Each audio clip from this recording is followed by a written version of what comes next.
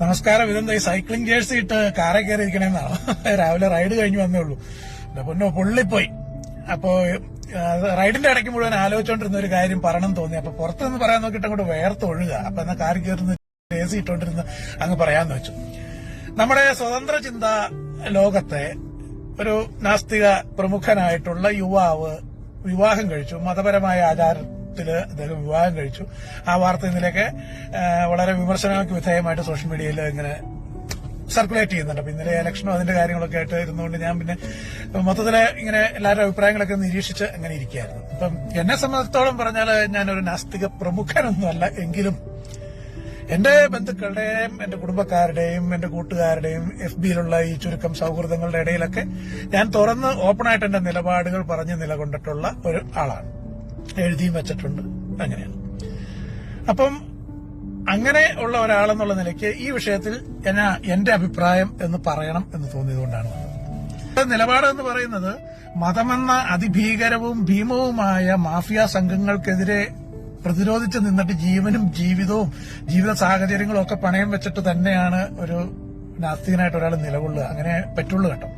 അപ്പൊ അങ്ങനെയുള്ള ഒരാള് അത് അങ്ങനെ നിലപാട് സ്വീകരിച്ച് ജീവിക്കുന്ന ഒരാളായിക്കോട്ടെ. പക്ഷെ അതിനേക്കാട്ടിലുപരി അത് പ്രഭാഷണങ്ങളിലൂടെയും എഴുത്തുകളിലൂടെയും സമൂഹത്തെ ഉദ്ബോധിപ്പിക്കുന്ന ഒരാളെ സംബന്ധിച്ചിടത്തോളം ആ നിലപാടുകളിൽ സ്വന്തം ജീവിതത്തെ കൂടി ബന്ധിപ്പിക്കാനായിട്ട് ധാർമ്മികമായ ഉത്തരവാദിത്വമുണ്ട് എന്നാണ് എന്റെ പക്ഷം. അല്ലെങ്കിൽ എന്താന്ന് ചോദിച്ചാല് നമ്മള് ഇലക്ഷൻ കാലത്ത് രാവിലെ തൊട്ട് വൈകുന്നേരം വരെ ഒരു മാസം നീണ്ടു നിന്ന് കോൺഗ്രസിന് വേണ്ടിയോ അല്ലെങ്കിൽ ഇടതുപക്ഷത്തിന് വേണ്ടിയോ പ്രവർത്തിച്ചിട്ട് അതെ ഇലക്ഷൻ നിൽക്കുന്ന നമ്മുടെ ഒരു വേണ്ടപ്പെട്ട ആൾ, അതുകൊണ്ട് ഞാൻ BJPക്ക് വോട്ട് ചെയ്തെന്ന് പറയുന്ന പോലെ ആയിപ്പോ. നമുക്കറിയാം, പ്രധാനമായിട്ടും മതം രണ്ട് ഘട്ടങ്ങളിലാണ് ഒരു വ്യക്തിയുടെ ജീവിതത്തിലേക്ക് ഇൻവേർഡ് ചെയ്യുന്നത്. ഒന്ന് വിവാഹം, രണ്ടൊന്നും മരണം. ഈ രണ്ട് ഘട്ടങ്ങളിലാണ് അവര് വ്യക്തമായിട്ടും കയറ്റി ക്ലിപ്പിടുന്നത്. അപ്പൊ നമ്മൾ ആ ഒരു ഇൻസ്റ്റിറ്റ്യൂഷനോട് പടപൊരുതും ആ രണ്ട് കാര്യങ്ങളിലെങ്കിലും നമുക്ക് പ്രതിരോധം തിരിച്ചു തീർക്കേണ്ടതായിട്ടുണ്ട്. അത് വിട്ടുകളയാൻ പാടില്ല.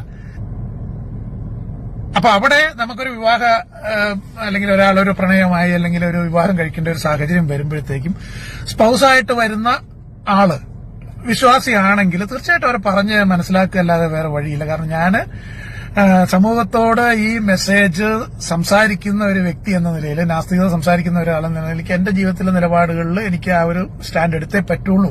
അത് ആ സ്പൗസായിട്ട് വരുന്ന ആളുകളുടെ വീട്ടുകാരും ചിന്തിക്കേണ്ടതുണ്ട്. ഇപ്പൊ എന്താണ് ആലോചിച്ച് നോക്കിയേ, ലോകമെമ്പാടും ഒരു ചെറുപ്പക്കാരൻ വളരെ ഭംഗിയായിട്ട് ശാസ്ത്രം ഒക്കെ സംസാരിച്ചിരുന്ന ഒരു ചെറുപ്പക്കാരൻ അപമാനിതനായില്ലേ?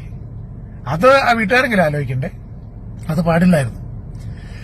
പിന്നെ നമുക്കറിയാം, ഇപ്പൊ എന്നെ സംബന്ധിച്ചിടത്തോളം ചുരുക്കി പറയാം, ഇപ്പൊ ഞാനൊരു 28 വയസ്സിലാണ് കല്യാണം കഴിക്കുന്നത്. അന്ന് പള്ളിയിൽ വെച്ചാണ് കല്യാണം കഴിച്ചത്. കാരണം ആ സമയത്ത് ഞാൻ നിരീശ്വരവാദി തന്നെയാണ്. പക്ഷെ എന്നിലെ നാസ്തികത എന്തെന്ന് എനിക്ക് ഒരു വ്യക്തമായ ഒരു ഡെഫിനിഷൻ എന്നിൽ തന്നെ ഇല്ല. ഞാൻ ഒരിക്കലും അത് അനൗൺസ്ഡും ആയിരുന്നില്ല. പക്ഷെ 10-35 വയസ്സൊക്കെ ആയപ്പോഴത്തേക്കും എനിക്ക് വളരെ ക്രിസ്റ്റൽ ക്ലിയർ ആയിട്ട് എന്റെ ബോധ്യങ്ങൾ എന്താണ്, എന്തുകൊണ്ടാണ് ഞാനൊരു നാസ്തികൻ എന്നുള്ളതിന് എനിക്ക് കൃത്യമായ ഉത്തരവുള്ളത് കൊണ്ട് ഞാനത് അനൗൺസ് ചെയ്ത് നിൽക്കുന്നൊരു വ്യക്തിയാണ്. അപ്പം എന്റെ ജീവിതത്തിൽ ഇനി വിവാഹം എന്ന് പറയുന്ന സംഭവമില്ല. അത് കഴിഞ്ഞുപോയി. ഇനിയുള്ളത് മരണമാണ്. അതേപ്പറ്റി വളരെ വ്യക്തമായിട്ട് വെറുതെ സ്റ്റാമ്പ് പേപ്പറിൽ എഴുതി തലേണക്കീഴ് കൊണ്ട് വയ്ക്കുകയല്ല ചെയ്തിരിക്കുന്നത്. എന്റെ മക്കള്, ഭാര്യ, ബന്ധുക്കള്, കൂട്ടുകാര്, നാട്ടുകാരടക്കം എല്ലാവർക്കും ബോധ്യത്തിലേക്ക് വേണ്ടി ഞാൻ മരിച്ചാൽ എന്ത് ചെയ്യണം എന്നുള്ള വളരെ വിശദമായിട്ട് തന്നെ ഞാൻ സോഷ്യൽ മീഡിയ വഴി അനൗൺസ് ചെയ്തിട്ടുണ്ട്. ഈ കഴിഞ്ഞ ഇന്നാളും കൂടെ അതിനെക്കുറിച്ചൊരു തമാശ രൂപേണ ഒരു റിവിഷൻ നടത്തിയതാണ്. അത് ഞാൻ കമന്റ് ബോക്സിലിടാം. പിന്നെ കുടുംബത്തുള്ളവരെ സംബന്ധിച്ചിടത്തോളം വിശ്വാസം പുലർത്തുന്നവരുണ്ടാവാം, അർത്ഥവിശ്വാസികളുണ്ടാവാം, കട്ടവിശ്വാസികളുണ്ടാവാം. ഓക്കെ, അവർക്കൊക്കെ അവരുടേതായ ജീവിത രീതികൾ തുടരുന്നതിനും അവരുടെ മരണശേഷം അവരുടെ താല്പര്യങ്ങൾക്കനുസരിച്ച് ചെയ്തു കൊടുക്കുന്നതിനും ഒന്നും എനിക്കൊരു വിരോധവുമില്ല.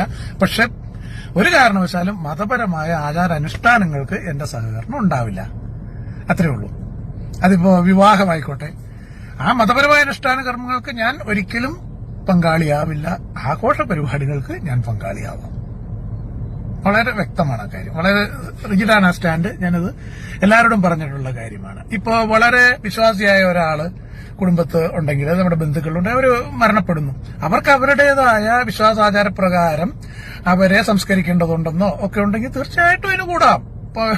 എന്താ പറയാ, ഇപ്പൊ പെട്ടിയും ചുവന്നുകൊണ്ട് അല്ലെ കുഴിയിലോട്ട് പെട്ടി ഇറക്കാൻ കൂടണോ?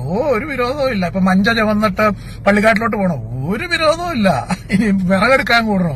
ഒരു കുഴപ്പമില്ല. പക്ഷെ മതപരമായ ആചാരങ്ങൾ അതില് നമ്മൾ പങ്കാളിയാവത്തില്ല, ഒരു കാരണവശാലുമില്ല.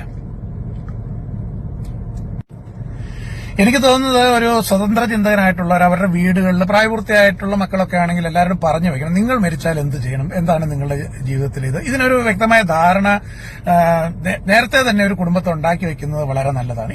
ഇന്നതായിരിക്കും നമ്മുടെ സ്റ്റാൻഡ്, അത് മറ്റുള്ളവരോട് അനൗൺസ് ചെയ്യുകയും വേണം.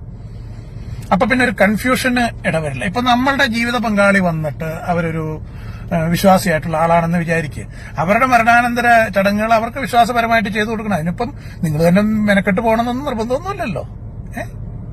അവരെ സംബന്ധിച്ചിടത്തോളം നമ്മളുടെ ഒരു ജീവിത പങ്കാളിയാണ് എന്നതുകൊണ്ട് അത് നമ്മുടെ മാത്രം സ്വകാര്യ സ്വത്തല്ല. അവരും ജനിച്ചു വളർന്ന ഒരു കുടുംബമുണ്ട്, അവർക്ക് സഹോദരങ്ങളുണ്ടാവും, ബന്ധുക്കളുണ്ടാവും. മനസ്സിലായില്ലേ? അപ്പൊ അവർക്കെല്ലാവർക്കും അവകാശമുള്ള ഒരാൾ കൂടിയാണത്. അതുകൊണ്ട് അതിൽ ചെയ്തു കൊടുക്കുന്നതിന് ഒരു കുഴപ്പമില്ല, ഒരു തടസ്സവും ഇല്ല. പക്ഷെ നിങ്ങളതിൽ വ്യക്തിപരമായിട്ട് പങ്കെടുക്കണോ വേണ്ടയോ എന്നുള്ള കാര്യം ആലോചിക്കണം. അപ്പൊ ഞാൻ പറഞ്ഞ് അവസാനിപ്പിക്കുകയാണ്. ഇതിനകത്ത് പ്രത്യേകിച്ച് ഓർഗനൈസ്ഡ് ആയിട്ടുള്ള ഒരു സ്വതന്ത്ര ചിന്താ സംഘടനകളിലും മറ്റുമൊക്കെ പ്രവർത്തിച്ചുകൊണ്ട് തന്നെ സമൂഹത്തെ നമ്മൾ ഒരു പോസിറ്റീവായിട്ടുള്ള ആധുനികതയുടെ ശാസ്ത്ര അവബോധത്തോടുകൂടി വഴി നയിക്കുന്നവരെ സംബന്ധിച്ചിടത്തോളം സ്വന്തം വ്യക്തി ജീവിതത്തിൽ ഇത്തരത്തിലുള്ള ചില കാര്യങ്ങളിൽ വളരെ റിജിഡായിട്ടുള്ള സ്റ്റാൻഡ് എടുക്കേണ്ടി വരും. കാരണം എന്തുകൊണ്ടാണ് എടുത്തേ പറ്റുള്ളൂ? കാരണം എന്ന് വെച്ചാൽ അത് ധാർമ്മികമായൊരു ഉത്തരവാദിത്വം. കാരണം ഇതേ സ്വതന്ത്ര ചിന്തയുടെ പേരിൽ വീട്ടിൽ നിന്ന് ത്യജിക്കപ്പെട്ടവര്, ജീവിതം ഹോമിക്കപ്പെട്ടവര്, വെട്ടിക്കൊല്ലപ്പെട്ട ഫറൂഖിനെ പോലുള്ളവര് ഒക്കെ ഒരു നിലപാടിനു വേണ്ടി സ്വന്തം ജീവിതത്തെ ബലി കഴിക്കുമ്പോൾ അതിന് ഒരു മൂല്യമില്ലാതായി പോകും. പ്രത്യേകിച്ച് ഇത് ലീഡർഷിപ്പിലൊക്കെ നിൽക്കുന്നവര് അവരവരുടെ സൗകര്യത്തിന് വേണ്ടിയിട്ട് ഇങ്ങനെയുള്ള കാര്യങ്ങൾ ചെയ്യുമ്പോൾ, അല്ലാതെ ഇതൊരു മതം പോലെ ചട്ടപ്പടിയാണെന്നുള്ളതല്ല. അവനവന്റെ ഒരു ബോധ്യമുണ്ടല്ലോ, ആ ബോധ്യത്തിനോട് ഉള്ള ജസ്റ്റിഫിക്കേഷനെങ്കിലും അവനവൻ പുലർത്തണ്ടേ? തീർച്ചയായിട്ടും അതിൽ നമുക്ക് ബുദ്ധിമുട്ടുകൾ ഉണ്ടാവുന്നേ, നമുക്ക് സാമൂഹികമായിട്ടും എല്ലാ തരത്തിലും ബുദ്ധിമുട്ടുകൾ ഉണ്ടാവും. കാരണം നമ്മൾ ഫൈറ്റ് ചെയ്യുന്ന ചില്ലറ പുള്ളികളോടല്ല, ഒറ്റയ്ക്കാണെങ്കിലും കൂട്ടത്തോടെ ആണെങ്കിലും. അപ്പൊ ആ സമയത്ത് അതിനൊരു ത്രാണിയുള്ളവർ മാത്രം ഞാൻ നാസ്തികൻ എന്ന് ഉറക്കെ പറഞ്ഞാൽ അതല്ല, ഉള്ളിൽ വെച്ചാൽ മതി. Anyway, I am proud to be നിരീശ്വരവാദി.